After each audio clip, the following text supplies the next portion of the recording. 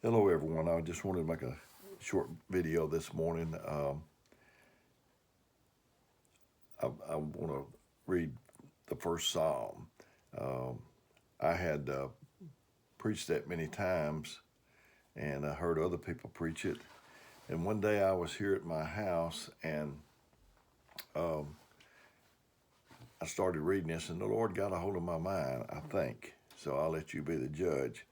But you could I could quote this, I think, but and you all could quote behind me. But David, he was uh, a man with a tender heart. He played on the harp. He wrote poetry. Uh, he had that side to him. He probably looked like a pushover to people, little old bitty guy. And but God was his protector, and you didn't fool with David because even though he did those things, he could kill a giant. So you know, God's man or God's people, um, God protects them. I remember once I worked at this place. I might have told this before, but I worked at this place, and uh, Brother Willie Wooten worked with me. God bless his heart. I love him. And there was a supervisor that was giving me a hard time, and Brother Willie told this man, said, uh, "You know that Brother Dale's a minister, don't you?" Well, it didn't impress that man any. He said, "Yeah, I know." And so Brother Willie said, he could ask the Lord to do something good for you. And it was like a light bulb went off in that man's head. And he said, yeah, he could. And Brother Willie, I don't know how he is to you, but to me, he's got that timing because I've worked with him a pretty good while. And he's got that timing that he can tell you something and it'll register. And he waited just a minute or two and he told that guy, said, yeah, he could ask him to do something good or he could ask him to do something else to you. And I don't know what that man thought I might do to him, but he never bothered me anymore. I don't know if he thought I'd turn him into a bullfrog or whatever, but I'm telling you that God will fight our battles. And uh, the Bible said, when a man's ways please the Lord, he maketh even his enemies to be at peace with him. So let's go on and read this. It said, blessed is the man that walketh not into the counsel of the ungodly, nor standeth in the way of sinners, nor sitteth in the seat of the scornful. I said blessed, ever how you want to say it. When I read something like that's got blessed in it, I pay attention. I want to know how to be blessed. I know in the Sermon on the Mount, he said, blessed are the peacemakers and all those things. And I paid attention because I want to be a blessed person. So, but when I read this that time at home, I was telling you about, I saw this man running uh, that was described in Hebrews 12, where he said, we run our race with patience. I'm not trying to outrun you, uh, and you're not trying to outrun me. We're just trying to make it across the finish line. So uh, the man was running, and then I saw him where he was running. There was people over on the sides, and they like a race, and they were saying things to him and about him, and it caught his attention, and he slowed down from a run to a trot so that he could hear them a little bit better. So he went from running to trotting. Then in a little bit he couldn't hear them enough, so he started standing so he could hear what they were saying. Then when he couldn't hear all that he needed to, and finally he did, and it discouraged him, and he started sitting in the seat of the scornful. I've seen so many people like that in my time that they started off running, but then they got discouraged and they listened to the voices that was talking to them. But this says, but his delight is in the law of the Lord, and in his law doth he meditate day and night. I don't think that we have the time now. Jesus had a garden that he went to. You need a quiet place. He told us to enter into our closet. We need somewhere quiet. With the day that we're living in, you click on something, it takes you to 10 more things. And then you spend hours or an hour on that, and we don't get back to the Word, and we don't get to our prayer that we need to do. So he told us to meditate day and night. We need some quiet time. This is my office that I'm in, and this is a place I can come. I call it my laboratory where God can get a hold of my mind if he'd like to. And in his law doth he meditate both day, and he should be like a tree planted by the rivers of water, that bringeth forth his fruit in his season.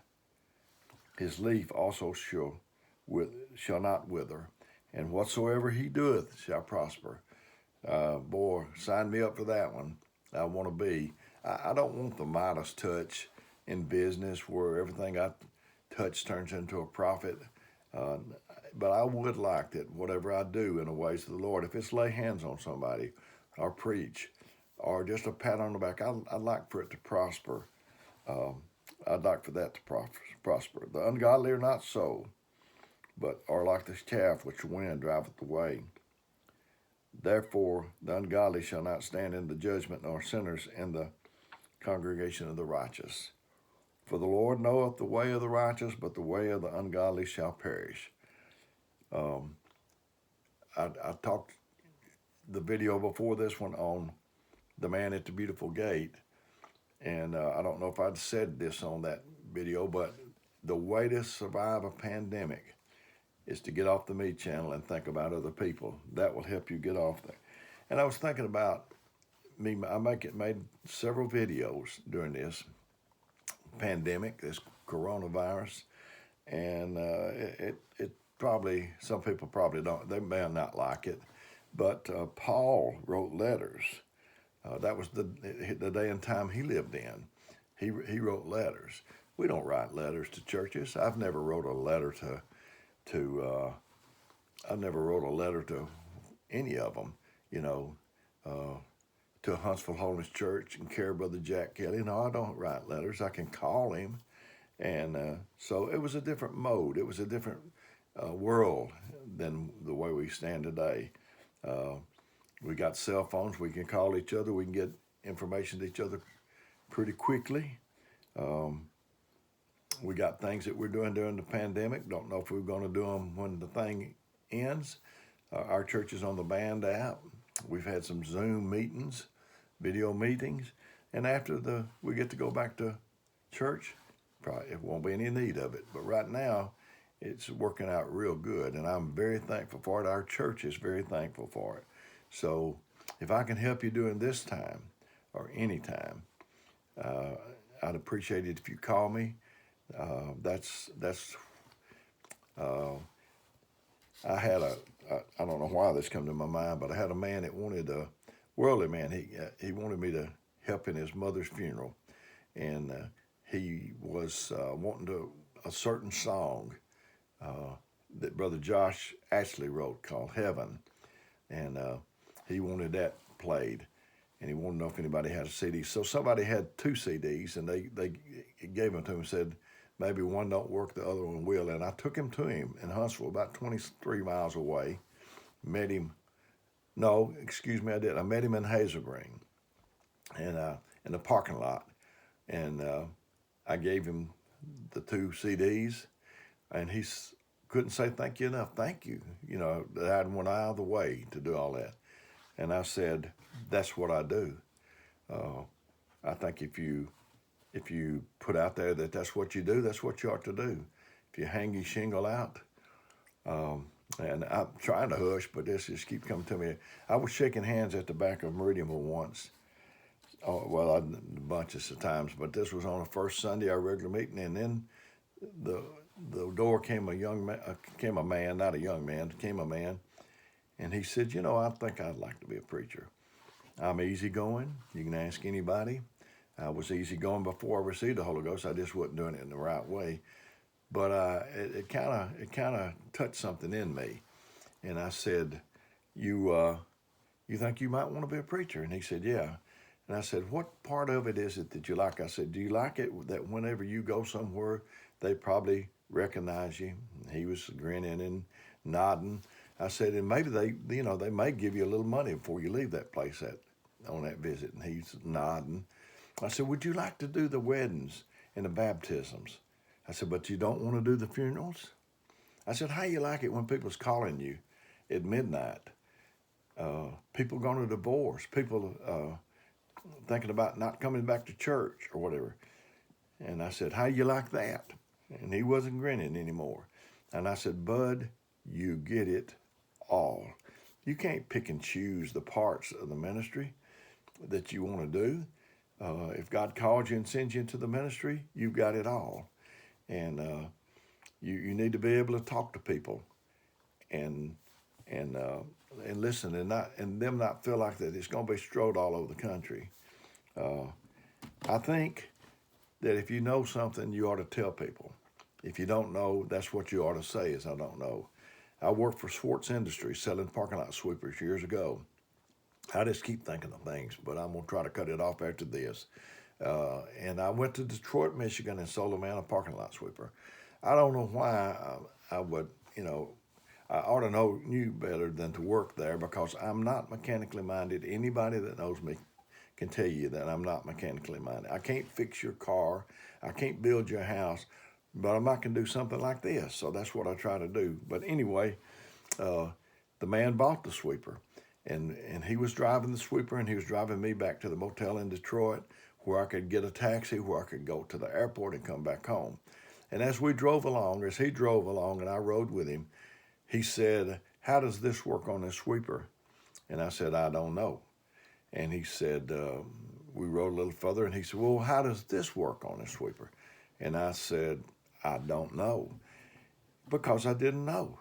And so we rode on a little further, and he said, how does the hydraulics? I remember that question. How does the hydraulics work on the sweeper? I said, I really don't know. And he said, you know what? He said, you're either the biggest con artist I've ever met, or you're the most honest person I've ever met. And I looked at him the way I'm looking into this camera, and I said, I am the real deal.